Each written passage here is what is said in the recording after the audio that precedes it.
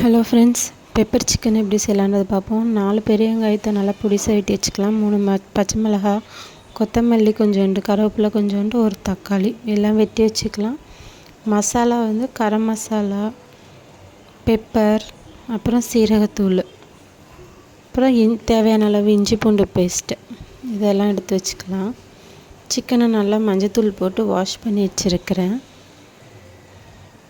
ஒரு கடாய் எடுத்து 2 ஸ்பூன் எண்ணெய் ஊற்றி ஃபஸ்ட்டு பச்சை மிளகா கொஞ்சோண்டு கருவேப்பிலையும் போட்டு வதக்கிக்கலாம். லைட்டாக வதக்கினதுக்கப்புறம் வெட்டி வச்ச வெங்காயத்தையும் சேர்த்துக்கலாம். நம்ம முக்கால்வாசி வெந்தால் போதும், ரொம்பவும் வதக்க தேவையில்லை. இந்த அளவு வதக்கினாலே போதும்.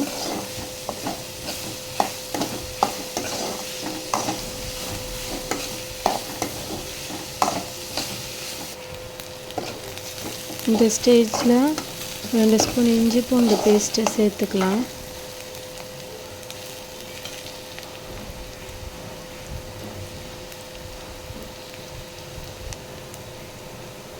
இஞ்சி பூண்டு பேஸ்ட் சேர்த்ததும் பச்சை வாசனை போகிற வரைக்கும் நல்லா வதக்கி எடுத்துக்கலாம்.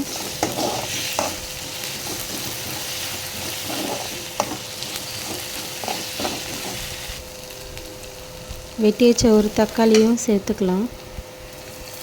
தக்காளியும் நல்லா கொஞ்சம் வதங்கி வரணும்.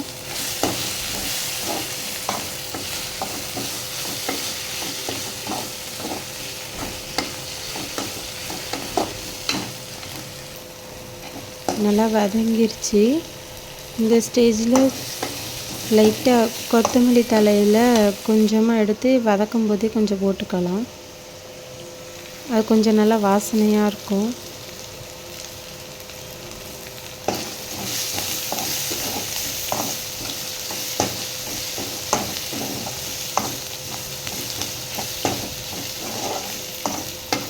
அப்புறம் நம்ம எடுத்து வச்சுருந்த மசாலாவை தட்டிக்கலாம். அதில் தட்டிட்டு நல்லா கொஞ்சம் கிளறி எடுத்துக்கலாம்.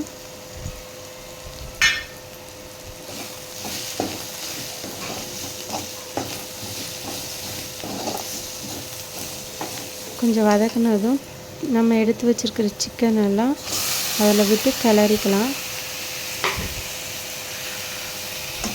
இதிலே லைட்டாக மஞ்சத்தூளையும் ஆட் பண்ணிக்கலாம். ட்ரையாக வேணும் அப்படின்னா இது சிக்கனில் ஊறி வர தண்ணியிலே வேக வச்சோம்னா போதும். தேவையான அளவு உப்புலாம் போட்டு அப்படியே எடுத்து சர்வ் பண்ணிக்கலாம்.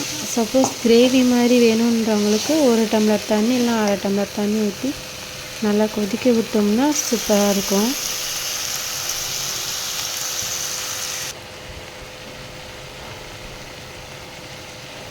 எனக்கு கிரேவி மாதிரி வேணுன்றதால நான் தண்ணி ஆட் பண்ணிக்கிறேன். கொஞ்சமாக